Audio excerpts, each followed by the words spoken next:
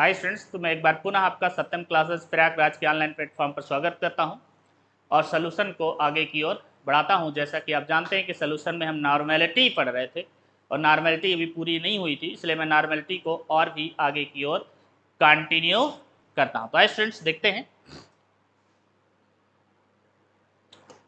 तो फ्रेंड्स, जब मैं कल नॉर्मेलिटी की बात किया था तो नॉर्मेलिटी में मैं इस फार्मूले तक पहुंचा था, W इंटू स्मॉल एन बटे कैपिटल W इंटू वी।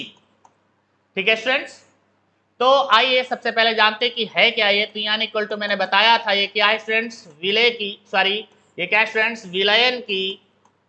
विलयन की क्या है, नॉर्मलता है स्टूडेंट्स। स्मॉल एन क्या है, यौगिक के एक भाग में उपस्थित आवेश की संख्या। स्टूडेंट्स एम डब्ल्यू क्या है, ये स्टूडेंट्स विलय का अणु भार है, और v क्या है, ये स्टूडेंट्स विलयन का आयतन है। किसमें स्टूडेंट्स, लीटर। तो सबसे पहले स्टूडेंट्स हम एक न्यूमेरिकल इसी पर बनाएं। ठीक है स्टूडेंट्स, तो आइए देखते हैं। सपोज करिए स्टूडेंट्स 1.03 ग्राम NaBr को जल में घोलकर 500 ml विलयन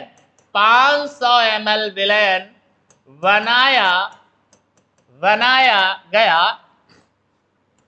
विलयन की नॉर्मलता ज्ञात कीजिए। तो स्टूडेंट्स नॉर्मलिटी में आगे की ओर बढ़ता हूं और पहला सवाल लिखता हूं। ये सवाल क्या कह रहा है स्टूडेंट्स, 1.03 ग्राम NaBr को जल में घोलकर 500 ml विलयन बनाया गया। विलयन की नॉर्मलता ज्ञात कीजिए। तो जैसा कि स्टूडेंट्स आपको पता है कि विलयन की नॉर्मलता इक्वल टू स्टूडेंट्स आपको बताया है मैंने, विलीन पदार्थ का भार स्टूडेंट्स इंटू n बटे स्टूडेंट्स क्या, विलीन पदार्थ का अणु भार इंटू स्टूडेंट्स विलयन का आयतन किसमें स्टूडेंट्स, लीटर में।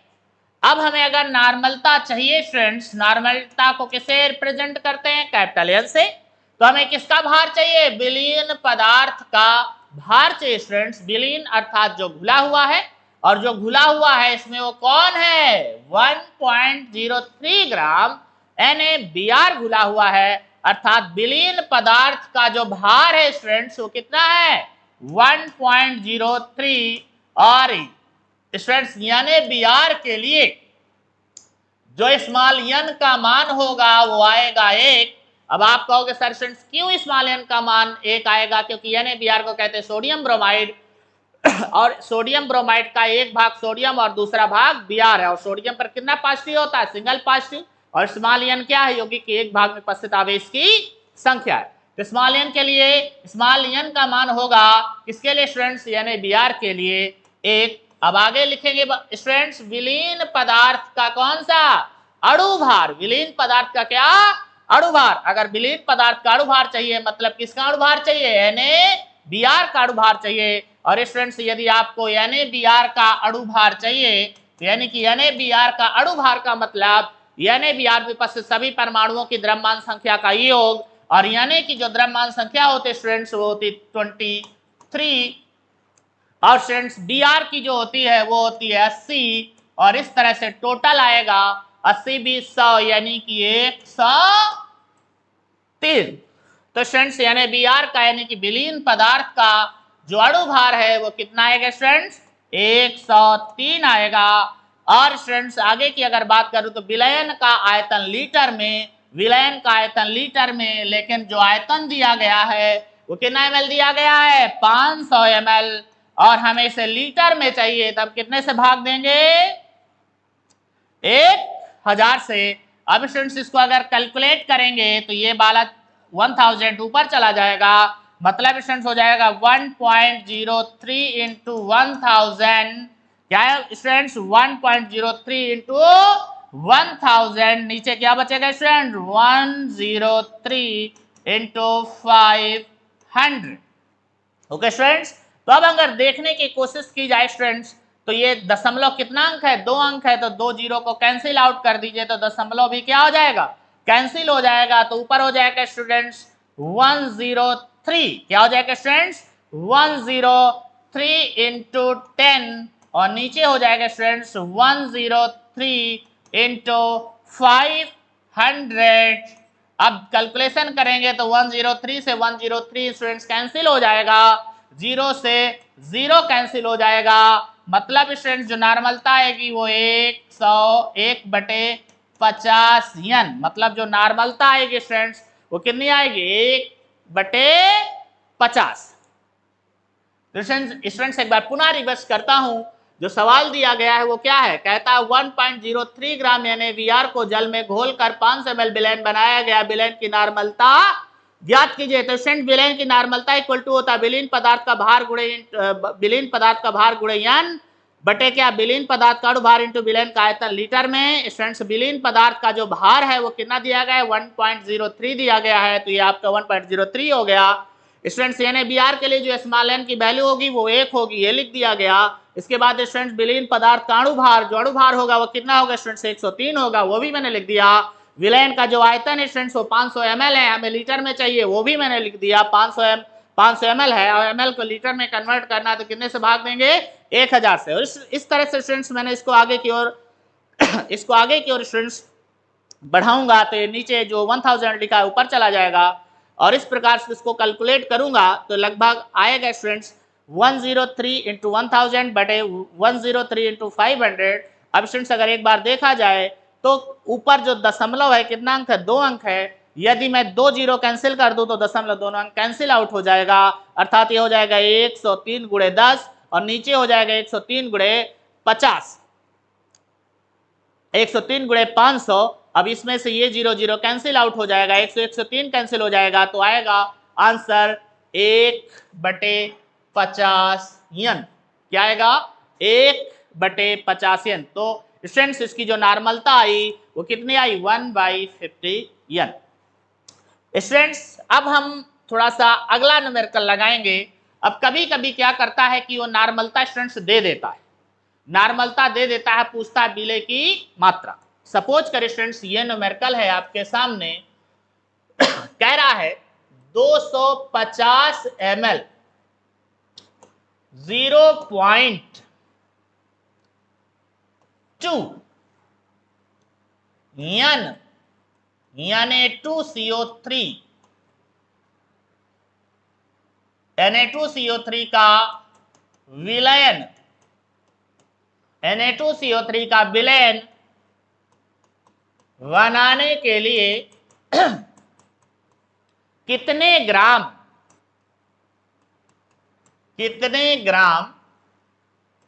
Na2CO3 की आवश्यकता होगी स्टूडेंट्स। मतलब नॉर्मलता दिया है और विलय की मात्रा को पूछा है। तो स्टूडेंट्स जैसा कि आप जानते हैं कि n इक्वल टू क्या होता है, W इंटू एन बटे MW इंटू V, जहां W क्या है, विलय का भार है, n क्या है, यौगिक के एक भाग में जो पदार्थ घुला उसके एक भाग में उपस्थित आवेश की संख्या है, MW क्या है, विलय का अणु भार है, V क्या है, विलयन का आयतन है। तो अब इस बार वो पूछ रहा है स्टूडेंट्स विलय का भार, तो आप इसे क्रॉस मल्टीप्लिकेशन कर लीजिए, तो W into small n equal to हो जाएगा n into MW into students क्या हो जाएगा V, किसमें, लीटर में, अब हमें चाहिए स्टूडेंट्स W, तो W इक्वल टू हो जाएगा students N into M W into V. अब स्टूडेंट्स ये कहाँ चला जाएगा, नीचे चला जाएगा। ये क्या है स्टूडेंट्स, विलयन की नॉर्मलता है, और विलयन की जो नॉर्मलता न्यूमेरिकल में दी गई है वो साफ साफ दी गई है 0.2। तो विलयन की जो नॉर्मलता दी गई है वो 0.2 है, और एम डब्ल्यू जो दिया गया है स्टूडेंट्स वो Na2CO3 का जो अणु भार होता है वो कितना होता है 106। ये सब देखना हो तो आप इसके लास्ट लेक्चर देख सकते हैं।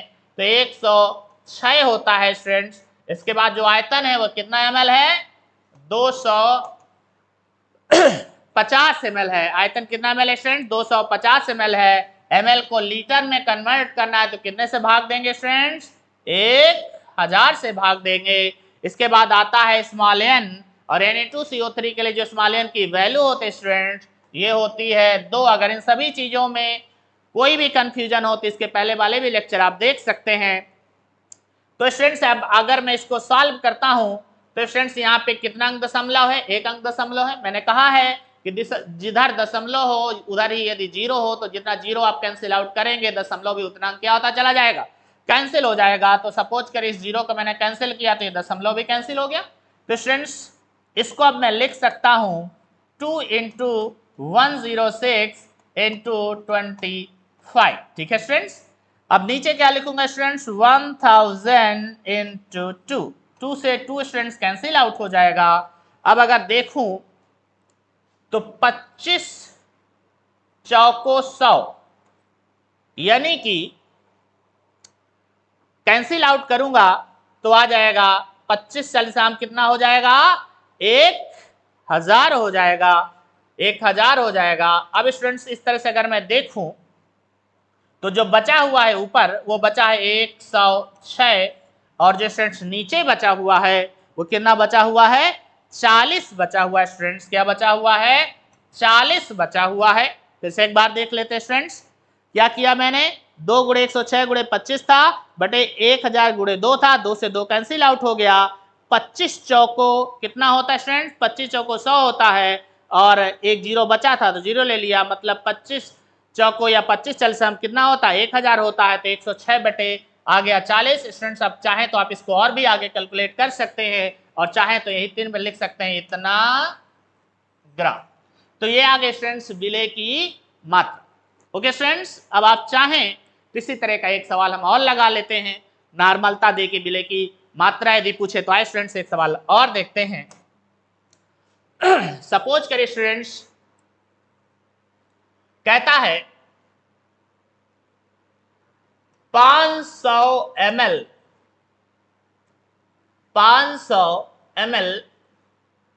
NaOH 500 ml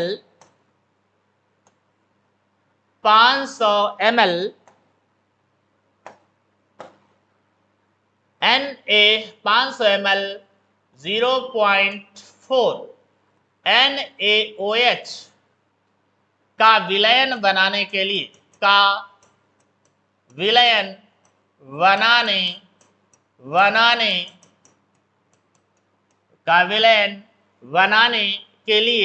विलयन बनाने के लिए कितने ग्राम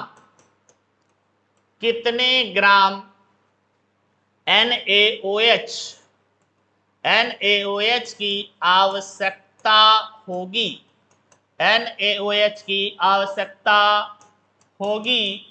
तो स्टूडेंट्स फिर से वही बात जैसा कि मैं बता चुका हूं कि विलयन की नॉर्मलता इक्वल टू होता है W इंटू स्मॉल n बटे MW इंटू V।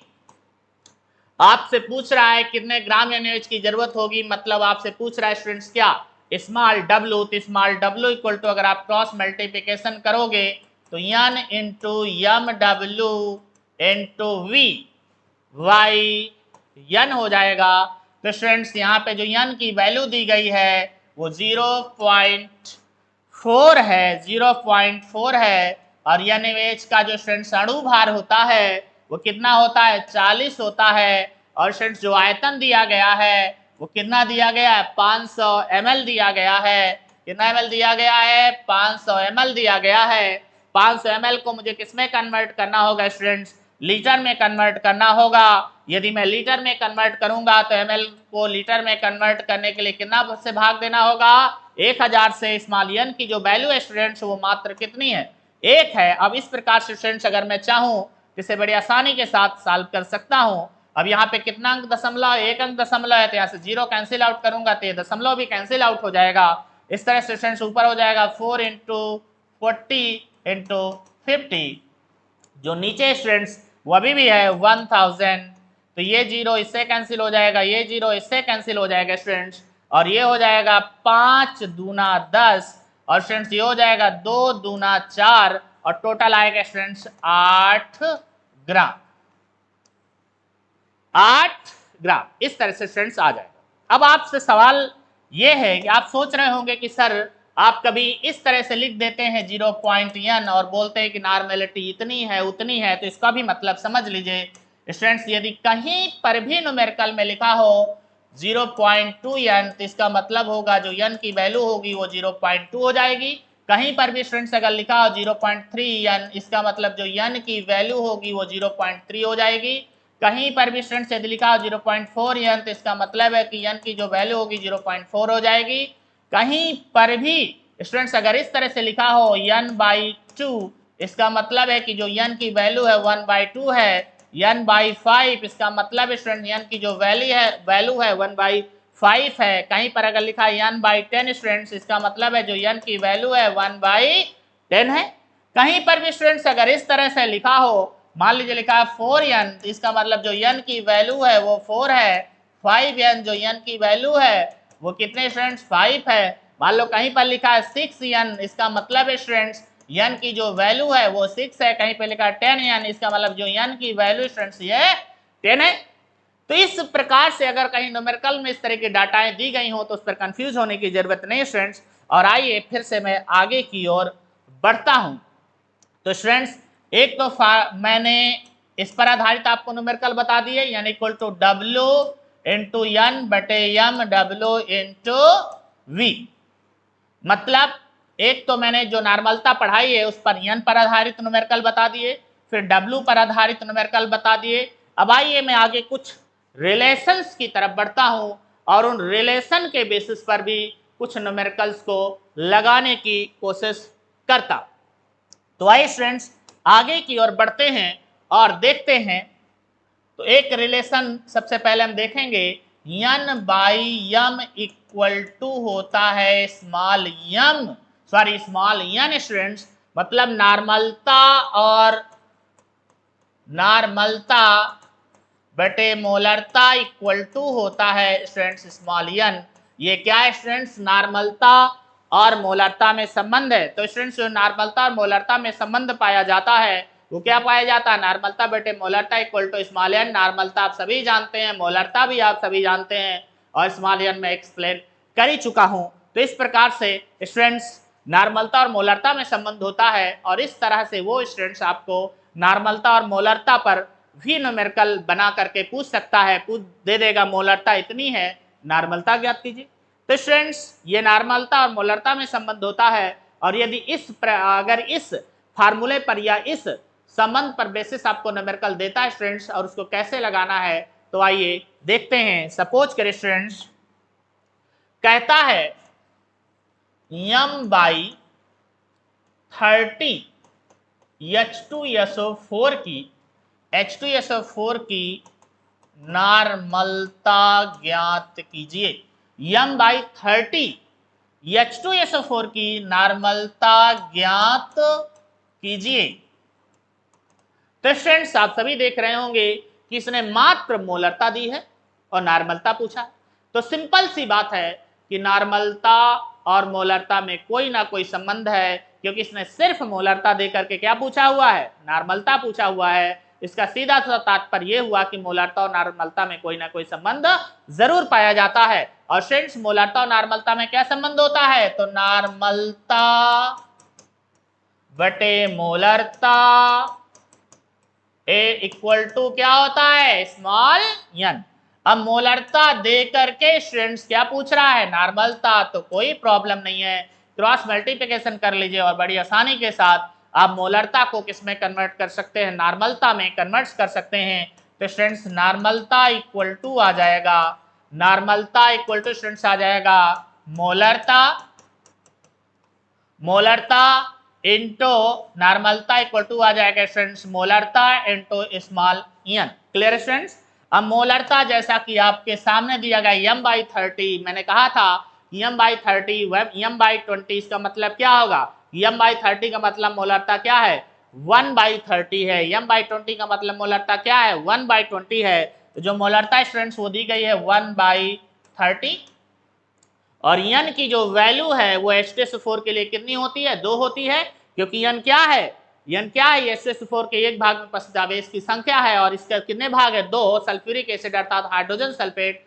इसका एक भाग हाइड्रोजन दूसरा भाग सल्फेट। और आप सभी जानते हैं कि एक भाग में जितना धनात्मक आवेश होगा दूसरे वाले भाग में उतना ही ऋणात्मक आवेश होगा, तो इसका एक भाग क्या हो जाएगा डबल प्लस हो जाएगा, दूसरा वाला भाग क्या हो जाएगा डबल माइनस हो जाएगा। इस तरह से स्टूडेंट्स H2SO4 के लिए जो n की वैल्यू आएगी वो कितनी आ जाएगी स्टूडेंट्स 2 आ जाएगी। इसको कैलकुलेट करूंगा स्टूडेंट्स तो 2/30 हो जाएगा, या फिर इस तरह से कहा जाए स्टूडेंट्स कि क्या हो जाएगा 1/15 क्या हो जाएगा दोस्तों 1/15, मतलब ये नॉर्मेलिटी आ जाएगी। Clear students. तो अगर मोलरता देता है नॉर्मलता पूछता है तो मोलरता देने पर नॉर्मलता ज्ञात करने के लिए आपको क्या देखना पड़ेगा कि नॉर्मलता और मोलरता में स्टूडेंट्स क्या संबंध है। अब स्टूडेंट्स हम इसी संबंध पर एक न्यूमेरिकल और लगाएंगे। स्टूडेंट्स आइए देखते हैं। मान लीजिए स्टूडेंट्स कहता है, स्टूडेंट्स मान लीजिए कहता है m/20 Na2CO3 m/20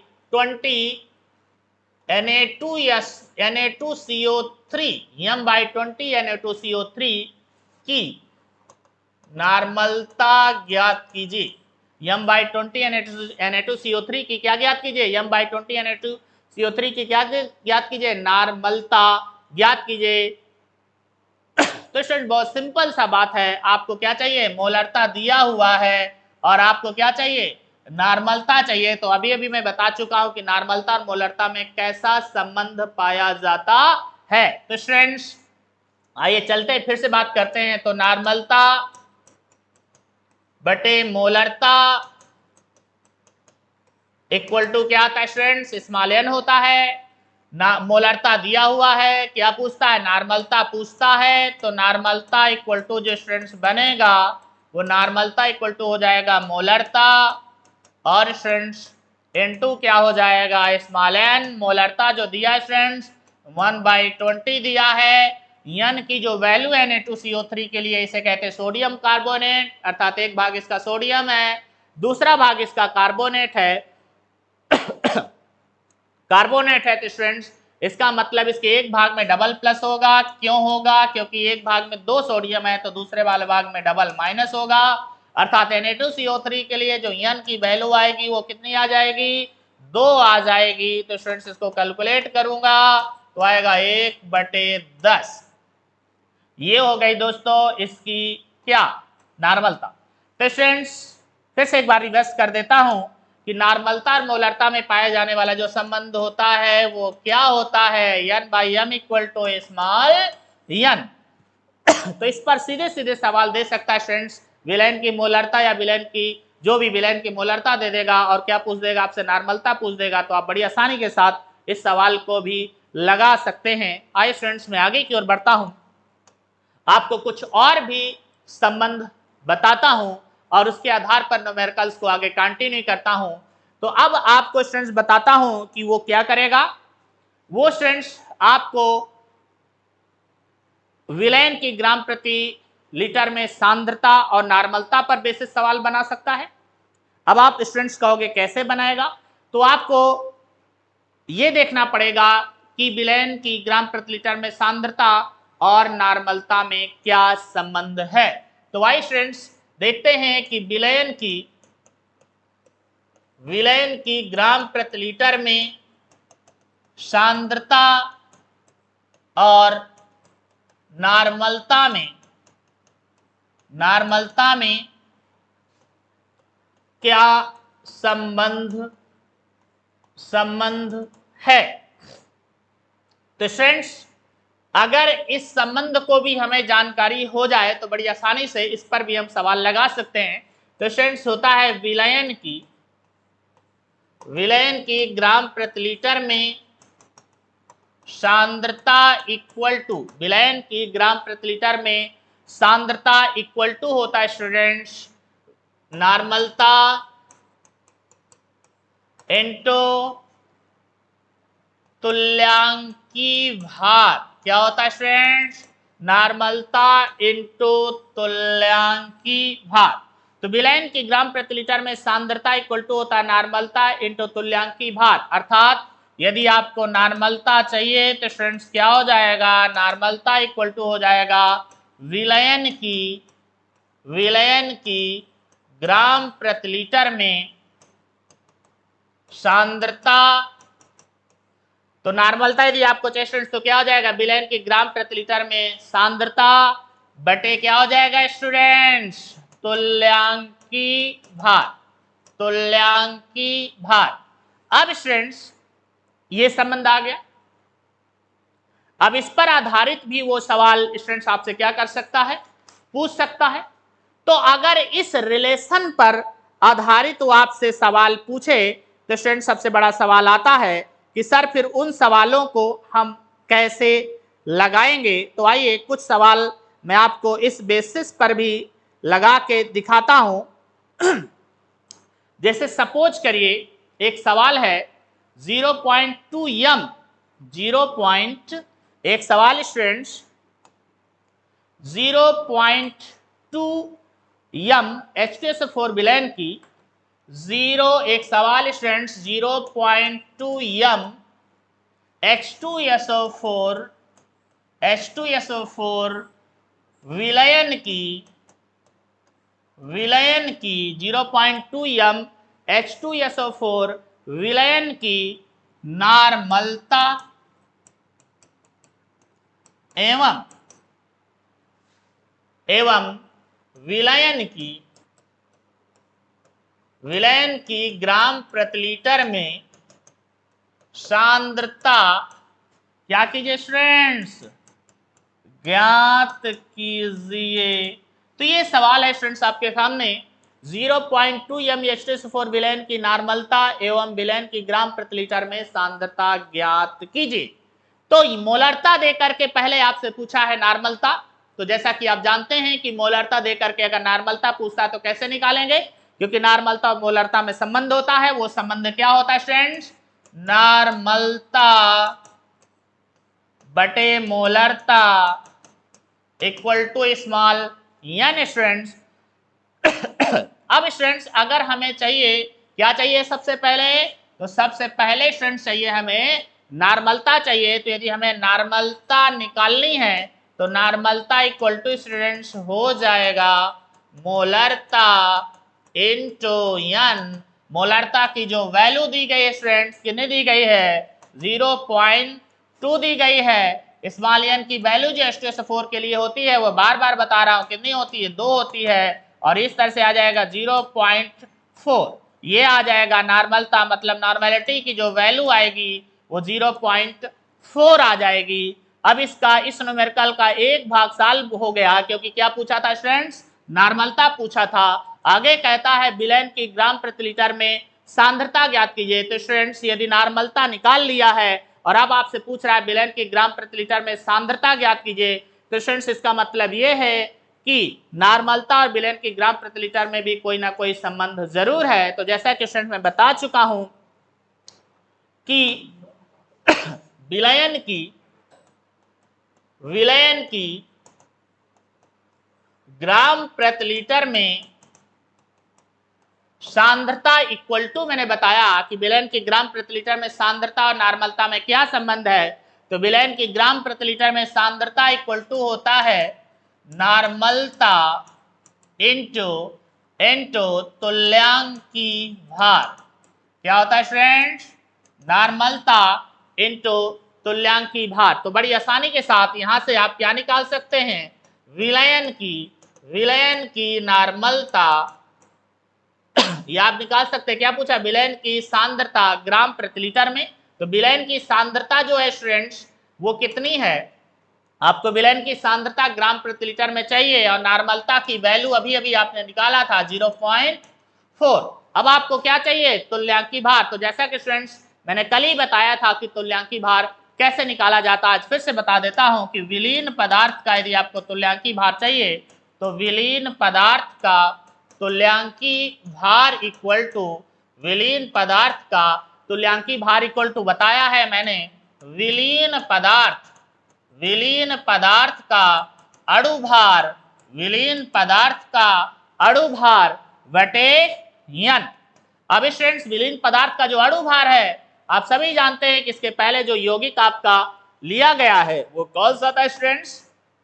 H2SO4 था। तो हमें चाहिए स्टूडेंट्स विलीन पदार्थ का तुल्यांकी भार, और अगर हमें विलीन पदार्थ का तुल्यांकी भार चाहिए स्टूडेंट्स तो विलीन पदार्थ का अणुभार, और विलीन पदार्थ का जो अणुभार है स्टूडेंट्स वो कितना दिया गया है? वो H2SO4 है, मतलब जो पदार्थ घुला हुआ H2SO4 है, और H2SO4 का जो अणुभार होता है वो 98 होता है। आप कहोगे स्टूडेंट्स आपको सर कैसे पता कि H2SO4 का अणुभार 98 होता है? तो अणुभार का मतलब होता है अणु में उपस्थित सभी परमाणुओं की द्रव्यमान संख्या योग, और H2SO4 का जोड़ोगे तो आएगा स्टूडेंट्स 98। और यन की वैल्यू में बता ही चुका, स्मॉल एन की वैल्यू होती है 2, तो यह आएगा 49। अब स्टूडेंट्स पुनः हम आगे की ओर बढ़ेंगे। जैसा कहता है विलयन की ग्राम प्रति लीटर में सांद्रता आपको बताना है, नॉर्मलता हम निकाल चुके हैं तो 0.4 है, और जो तुल्यांकी भार आया वो आया 49। अब इस प्रकार से स्टूडेंट्स चाहे तो आप इसे कैलकुलेट कर सकते हैं और कैलकुलेट करके आंसर को भी निकाल सकते हैं।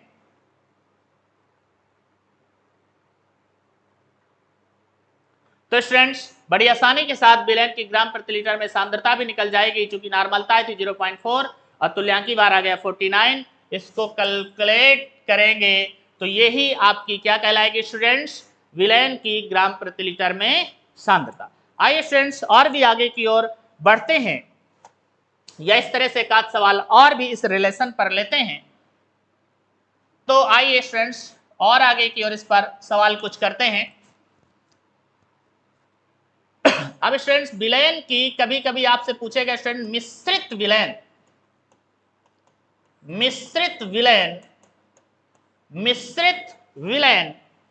की नॉर्मलता, मिश्रित विलयन की नॉर्मलता ज्ञात कीजिए। अब स्टूडेंट्स होगा क्या कि कभी कभी एक बीकर लेगा और उस बीकर में बहुत सारे पदार्थों को मिला देगा। क्या कर देगा स्टूडेंट्स? बहुत सारे पदार्थों को मिला देगा, और मिलाने के बाद आपसे पूछेगा मिश्रित विलयन की नॉर्मलता ज्ञात कीजिए। तो स्टूडेंट्स मिश्रित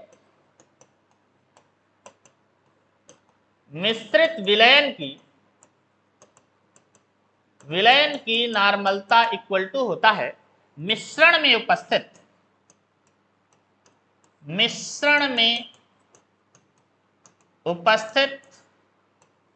कुल मिली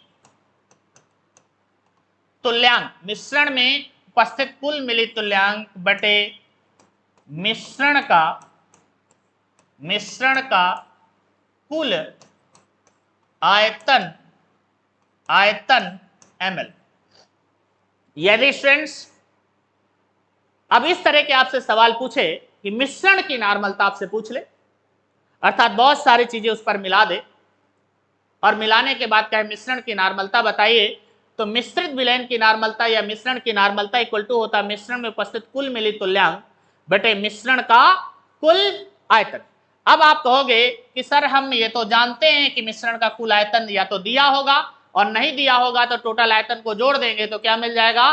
कुल आयतन मिल जाएगा। लेकिन अब स्टूडेंट्स आप कहोगे कि सर हम ये नहीं जानते कि मिश्रण में उपस्थित कुल मिली तुल्यांक कैसे निकाले जाएंगे। तो सबसे पहली बात कि पदार्थ का अगर आपको मिली तुल्यांक चाहिए तो पदार्थ का मिली तुल्यांक इक्वल टू होता है स्टूडेंट्स नॉर्मलता गुणे आयतन।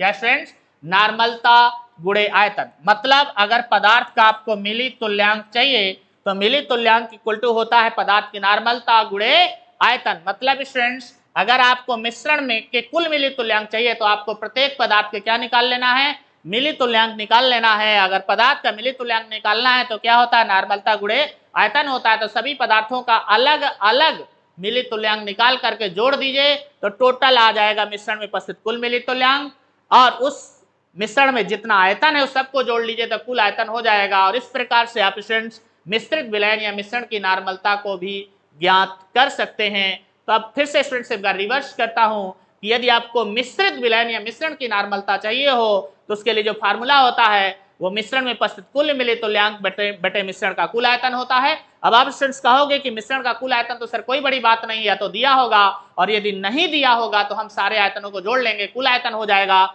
लेकिन सर हम मिश्रण में उपस्थित मिली तुल्यांक कुल मिली तुल्यांक कैसे निकाले, तो बहुत सिंपल है। मिश्रण जिन जिन पदार्थों से बना है सबसे पहले उनके मिली तुल्यांक निकाल लीजिए, और मिली तुल्यांक निकालने के बाद उन सभी को जोड़ दीजिए तो कुल आ जाएगा आपका मिली तुल्यांक। अब स्टूडेंट्स आप कहोगे कि सर एक आध सवाल इस पर बताए होते तो बड़ा आसान होता, तो आइए स्टूडेंट्स इस पर भी आधारित एक सवाल लिखते हैं। सपोज करें स्टूडेंट सवाल कह रहा है 20 ml, मान लिया गया स्टूडेंट्स ये सवाल है आपका, कह रहा है 20 ml n/5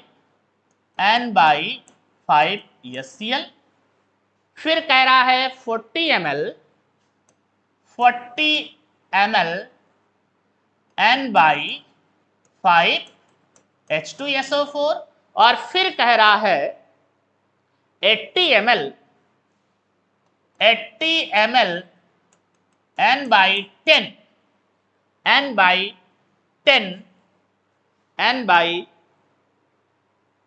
HNO3 से एक मिश्रण बनाया गया, मिश्रित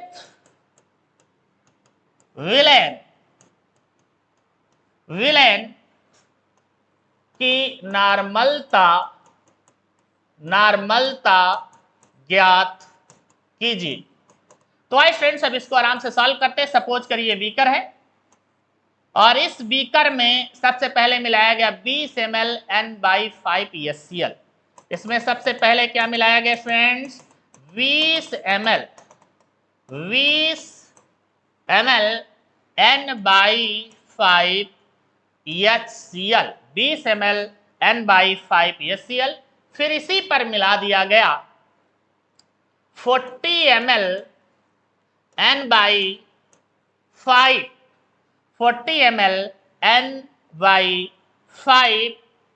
H2SO4, और फिर इसी पर उसने मिला दिया स्टूडेंट्स 80 ml n/10 HNO3। तो इस बीकर में स्टूडेंट्स 3 पदार्थ मिला दिए, एक HCl जिसे कहते हैं हाइड्रोक्लोरिक अम्ल, दूसरा H2SO4 जिसे कहते हैं सल्फ्यूरिक एसिड, और तीसरा नाइट्रिक एसिड। तो जब 3 पदार्थों को इस बीकर में स्टूडेंट्स मिलाया गया तो बन जाएगा मिश्रण, और मिश्रण भी कैसा होगा स्टूडेंट्स, बनेगा क्या, मिश्रण, और मिश्रण भी कैसा होगा स्टूडेंट्स, अम्लीय होगा। क्यों अम्लीय होगा स्टूडेंट्स, क्योंकि सभी के सभी क्या हैं, अम्ल है, इसलिए स्टूडेंट्स ये मिश्रण बन गया। अब यदि स्टूडेंट्स आपसे कहता है कि मिश्रण की क्या ज्ञात कीजिए, मिश्रण की क्या ज्ञात कीजिए स्टूडेंट्स, नॉर्मलता ज्ञात कीजिए, तो मैं जैसा कि मैं बता चुका हूं स्टूडेंट्स मिश्रण की नॉर्मलता इक्वल टू मिश्रण के कुल मिली तुल्यांक बटे मिश्रण का कुल आयतन, मिश्रण का कुल आयतन। तो सबसे पहले स्टूडेंट्स आपको मिश्रण की अगर नॉर्मलता चाहिए तो मिश्रण के कुल मिली तुल्यांक निकालने होंगे। अगर आपको कुल मिली तुल्यांक चाहिए तो पहले आप करिए कुल मिली तुल्यांक का मतलब सबसे पहले आप क्या निकाल लीजिए, HCl का मिली तुल्यांक निकाल लीजिए, फिर H2SO4 का मिली तुल्यांक निकाल लीजिए, फिर HNO3 का निकाल लीजिए, उठा करके जोड़ दीजिए स्टूडेंट्स, तो सभी के सभी आ जाएंगे क्या, सब फिर आ जाएगा कुल मिली तुल्यांक। तो स्टूडेंट्स अब देखा जाए कि कैसे निकाला जाए, तो सबसे स्टूडेंट्स देखते हैं, सबसे पहले निकालेंगे HCl का मिली तुल्यांक, तो HCl का मिली तुल्यांक। तो स्टूडेंट्स जैसा कि मैं बता चुका हूं कि किसी भी पदार्थ का यदि आपको मिली तुल्यांक चाहिए तो उसकी नार्मलता गुणे आयतन, तो इसकी नार्मलता गुणे आयतन, तो इसकी नार्मलता क्या है स्टूडेंट्स, इसकी नार्मलता है 1/5, ये दी गई है, आयतन कितना है 20, तो हो जाएगा 5 चौक 20, मतलब इसका कितना मिली तुल्यांक है स्टूडेंट्स, 4 आया। HCl का जो मिली तुल्यांक है स्टूडेंट्स वो कितना आया, 4 आया। इसी प्रकार अब निकाल लेंगे हम लोग किसका मिली तुल्यांक, H2SO4 का मिली तुल्यांक, तो H2SO4 का मिली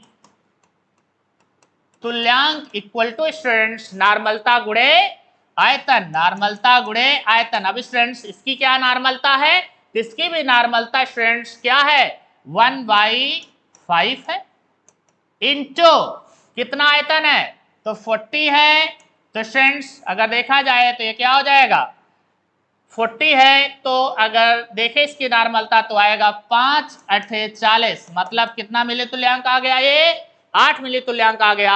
अब हम निकालेंगे HNO3 का मिली तुल्यांक, HNO3 का मिली तुल्यांक यदि चाहिए तो फिर से नार्मलता गुणे आयतन, नार्मलता कितने स्टूडेंट्स 1/10 ये दी गई है, 1/10 इंटू स्टूडेंट्स इंटू हो जाएगा 80, तो स्टूडेंट 10 8 80 होता है, तो 8 8 16 4 20, मतलब इस मिश्रण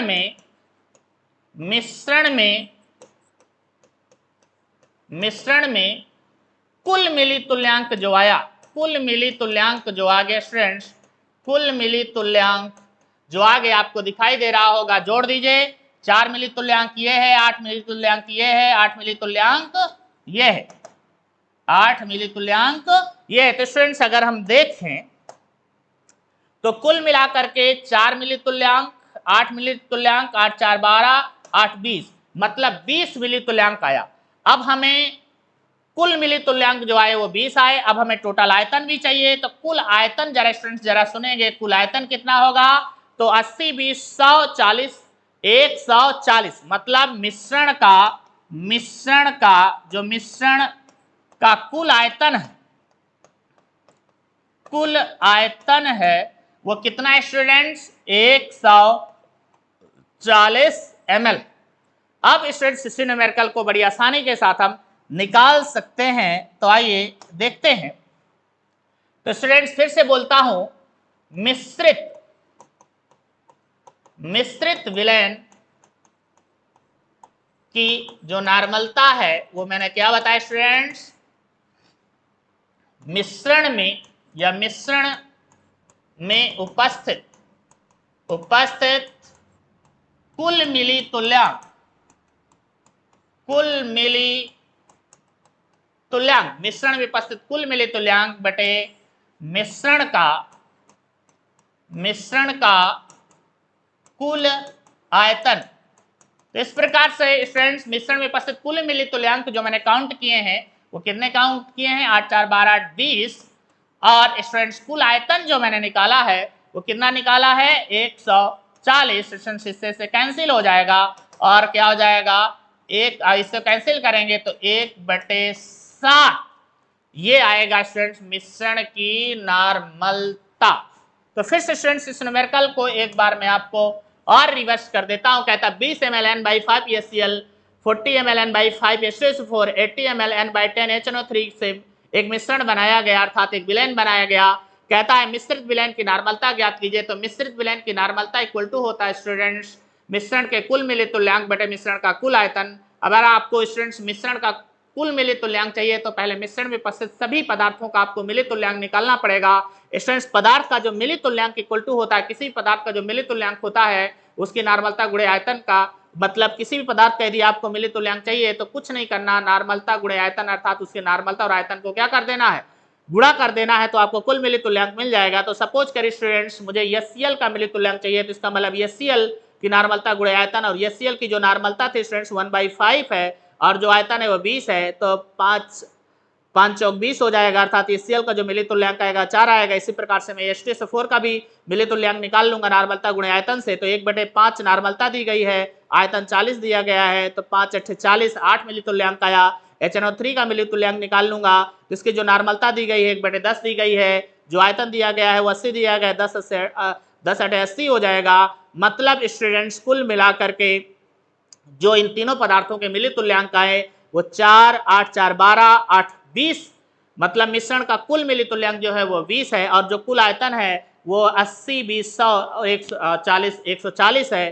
तो बड़ी आसानी के साथ अब स्टूडेंट्स हम क्या कर सकते हैं, मिश्रण की नार्मलता निकाल सकते हैं। जैसा कि लिखा हुआ मिश्रित विलयन की नार्मलता इक्वल टू मिश्रण में उपस्थित कुल मिलित तुल्यांक, जो कि कितने आए हैं 20 आए हैं, मिश्रण का जो कुल आयतन है वो 140 है। अब इसको कैंसिल आउट करेंगे तो इसकी जो नार्मलता आएगी 1/7 n आएगी। तो स्टूडेंट्स अगर ये क्लास आपको अच्छी लगी हो तो लाइक एंड सब्सक्राइब करें। धन्यवाद दोस्तों।